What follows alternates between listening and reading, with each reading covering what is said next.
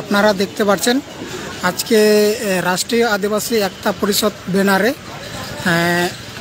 এখানে বহু সংখ্যক মানুষ বসে আছে। তো এখানে এরা কিসের জন্য বসে আছে আমরা তাদের কাছ থেকে জেনে নেব।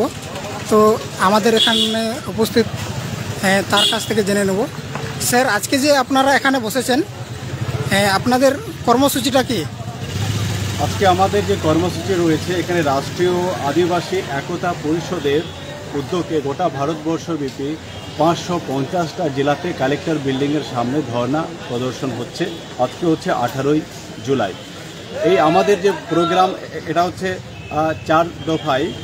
একটা হচ্ছে প্রথম পর্যায় 4 জুলাই, 18ই জুলাই এবং আরও দুটো চরণের প্রোগ্রাম রয়েছে 27শে জুলাই এবং 7ই আগস্ট হচ্ছে ভারত বন্ধ।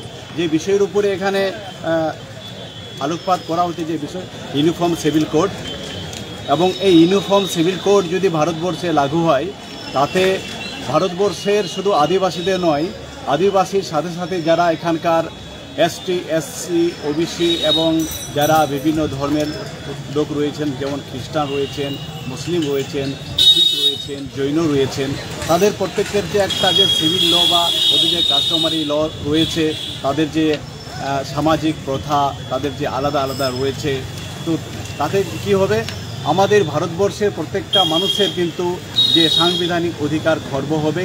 তার জন্যই কিন্তু তার প্রতিবাদে আমাদের যে 4 চরণে এই প্রোগ্রাম রাখা হয়েছে যে ইউনিফর্ম সিভিল কোড যে লাগু হবে তার প্রতিবাদে।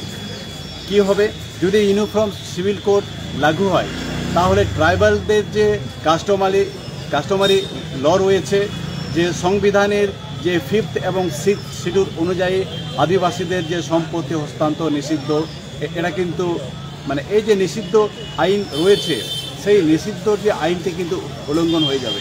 এছাড়াও যে আদিবাসী সমাজে যে বিবাহের যে বিভিন্ন প্রথা রয়েছে, এই প্রথা কিন্তু আমরা আদিবাসীরা এটাকে প্রয়োগ করতে পারবো না।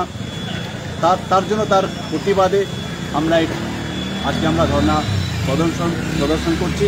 এছাড়াও যারা এখানে শুধু আদিবাসী নয়, গোটা ভারতবর্ষের যারা খ্রিস্টান রয়েছেন, মুসলিম রয়েছেন, তারাও আমাদের এই আন্দোলনকে সহযোগিতা করছেন। কেননা মুসলিমদের যে ওদের যে পার্সোনাল ল বোর্ড রয়েছে, যদি ইউনিফর্ম সিভিল কোড লাগু হয়ে যায় তাহলে ইউনিফর্ম সিভিল কোডের কারণে কি হবে, তাদের যে পার্সোনাল ল বোর্ডের যে আইন বা ওদের যে প্রথাগুলো যে কানুন রয়েছে এটা কিন্তু উল্লঙ্ঘন হবে।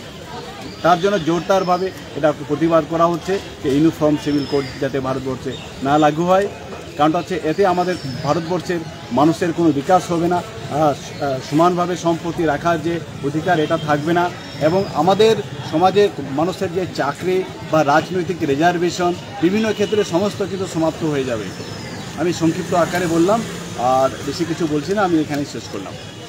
তো আপনাদের দাবি যদি না মানা হয় তাহলে আপনারা কি করবেন?